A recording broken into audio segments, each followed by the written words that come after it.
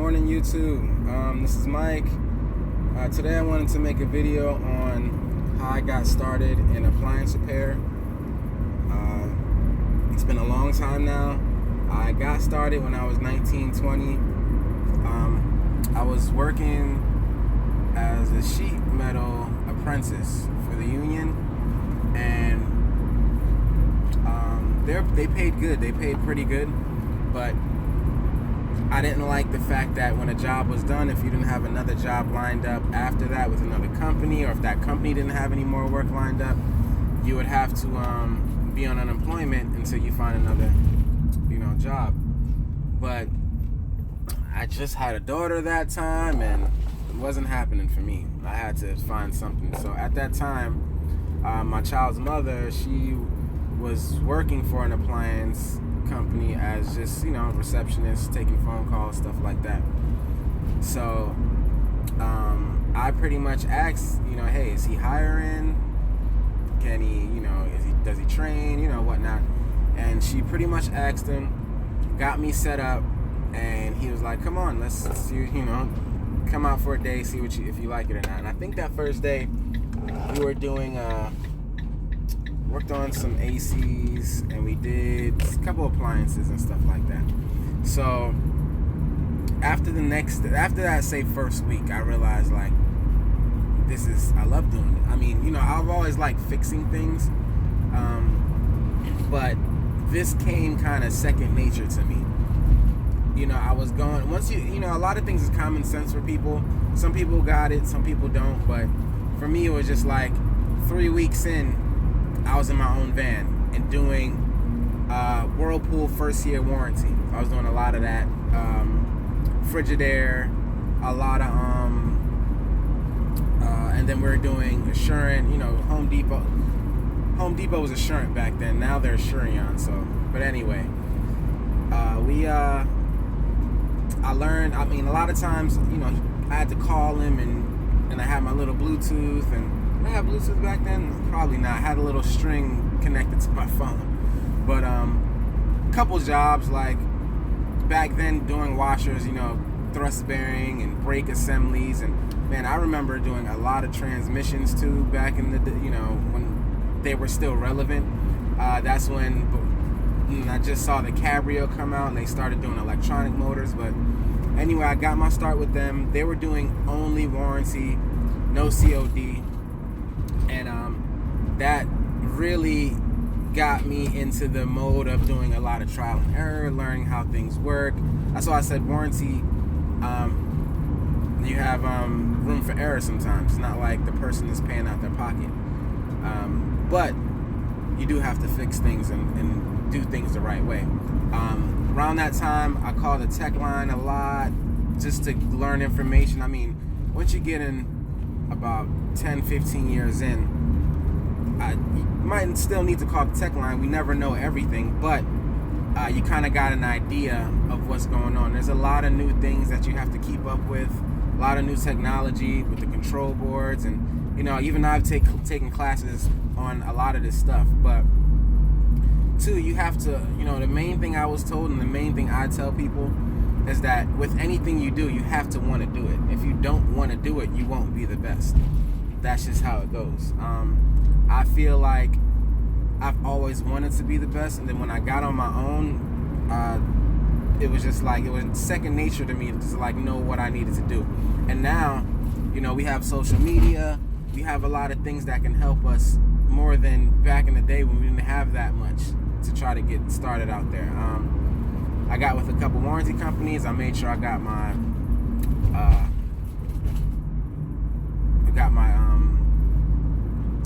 liability insurance, your commercial vehicle insurance. All those things come into play if you want to get with certain warranty companies. Now, when you're doing home warranty companies, a lot of times you might just need general liability or just proof that you have insurance. But like, say, Home Depot, Lowe's, you got to do background check. You have to do, drug tests, all that stuff if you're going to do warranty work for retail, because, you're going into people's homes and you're the face of that company. So just like with anything, is it tough out here? Yes. Is there a lot of competition? To me personally, I see a lot of guys, but I go behind a lot of companies too. And some people just don't do good work. And as long as you do good work, that's gonna come naturally. Like, all I had to do was go out there and do what I naturally did when I was working for another company. Make sure I took care of the customer. If I, we never know anything, but I'm gonna make sure I find out. And I always let people know that, like, I don't know it all. There's no way I can know it all. But the experience that I have, shines through. I've done a lot of warranty, a lot of different. I don't do a lot of high-end appliances, because especially with parts, but that's a whole nother different ballgame. Like, when it comes to appliance repair, there's so many aspects to the business, or things you can do. Like, even with dryer vent cleaning, that in itself is its own aspect. Now, do I offer that? No, not at the moment. I have the tools to offer it, but I'm just too busy with doing calls right now to focus on that aspect of it. Have customers ask me, fixing their dryer, hey, can you clean my dryer? Sure. I would have to reschedule them or do certain things like that, but 9 times out of 10 right now, I'm just too busy for it. Now, I need to hire somebody, and that within itself is a whole nother thing, because now it's not just you. I mean, anything that I do, it's my name, so I'm making sure that 100% satisfaction guarantee, all that. I want to get a younger guy, try to, just like how I was young and he trained me. I didn't know anything, and he trained me up. And two, when you have a younger guy, they're not really set in their ways to know how they want to do things, or you can kind of, it's like a clean slate. You can teach them everything and stuff like that.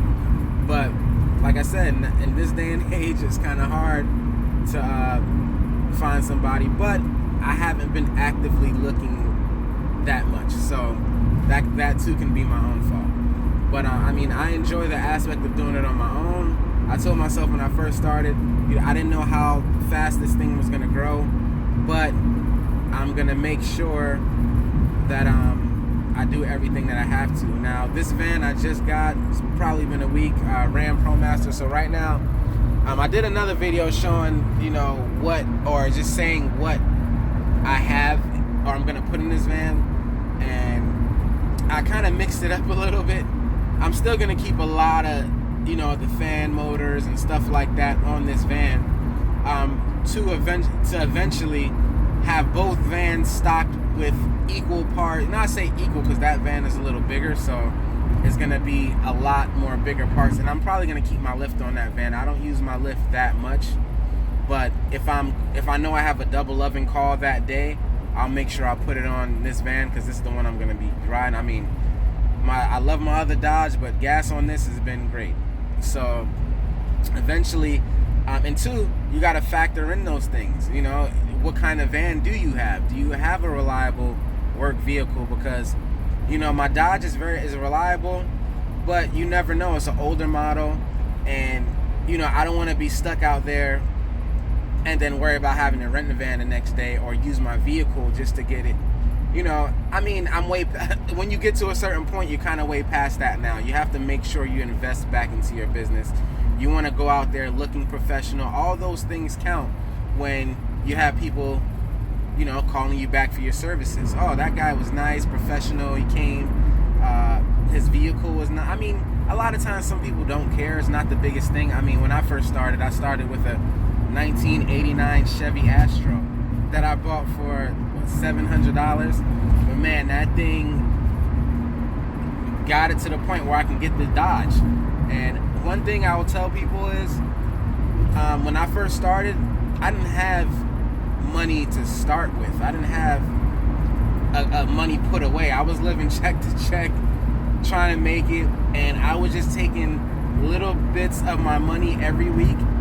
Liability insurance, start my LLC. Start your LLC. It's a process. Start your business. You get your me personally, I had to make sure I got shirts. I wanted to make sure I had my uniform, all those things on point before I even left my other job. Now, I started my business I want to say August. I didn't leave the other job until February of the next year. So from that point to, I was doing both. I was running calls out there and then coming home, setting up my own calls. So it got to the point where when I was ready to leave, I was losing money working for the other company, and I wasn't making money more. I could have made more money for myself working more on my own. So at that point, I was ready to go. I had a nice little, I had all the extra jobs that I was doing. I was putting that money up to make sure, okay, when I'm on my own now, I'm okay for like 3-4 months on bills or anything like that. You gotta be smart when you're doing certain things, and that's what I did.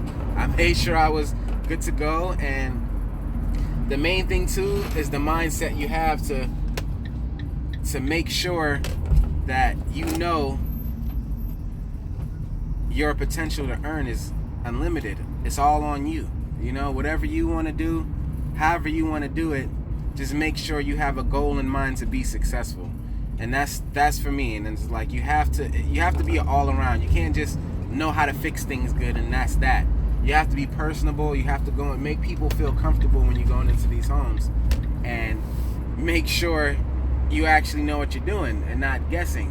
I mean, a lot of times, has there been times I've guessed, but I didn't like that. You know, it's like, you know, that's why I tell people nowadays, especially if I have a smartphone, if the issue's intermittent, take a video, record it, because when I get there and I'm testing and trying to see what's going on and everything is working, I'm not going to fix something that's not broken. But then again, there's been times where things happen outside of you seeing it, and like I said, using that smartphone definitely helps. But I'm going to do another video on actually doing a service call. Everybody's different. Some people, you know, me, I put a lot of effort into my business. Like I'm getting my wrap soon, but I have my shirts, I have my hat. A lot of people do invoices. You know, me, I get mine professionally done. Here's mine right here. So I just want to make sure that I'm not cutting any corners just to try to make money out here. I'm like, yeah, of course I'm trying to make money, but I want to make people know that I'm about quality first, more than anything. So that's it for now. Any questions or any videos on me? I am gonna do a video on truck inventory, because it's kind of different for where you live or what you see most. That's pretty much it, because my inventory is based on what I see a lot and the things that I might not. A lot of heating elements, a lot of pumps or washers, a lot of lid switches. But like I said, I'll do another video on that. About to head to this call. You guys take care.